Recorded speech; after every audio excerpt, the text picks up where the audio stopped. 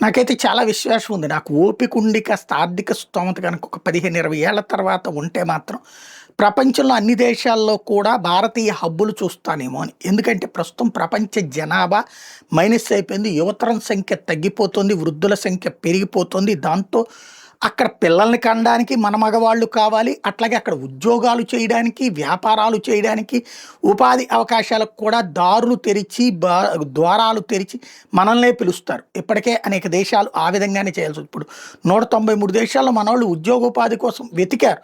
ఇప్పుడు మన వాళ్ళని తిప్పి పంపిస్తున్నారు అమెరికా, కెనడా ఇట్లాంటి చోట్ల. కానీ రాబోయేటటువంటి రోజుల్లో మనోళ్ళే కావాలని పిలవక తప్పదు. దానికి సాక్ష్యం జపాన్ విపరీతమైనటువంటి జనాభా ఉంది అన్నటువంటి స్టేజ్ నుంచి ఇప్పుడు జననాల సంఖ్య తగ్గి, మరణాల సంఖ్య పెరిగి, వృద్ధుల సంఖ్య పెరిగి, యువతరం సంఖ్య తగ్గి, ఉద్యోగాలు చేసేవాళ్ళు కరువై, అక్కడ ఇండస్ట్రీస్ బతకాలంటే, కంపెనీలు బతకాలంటే నిపుణులైనటువంటి పనివాళ్ళు కావలసిన చోట దొరకనటువంటి సందర్భంలో భారతీయులకి పిలిచి ఉద్యోగాలు ఇస్తానంటుంది.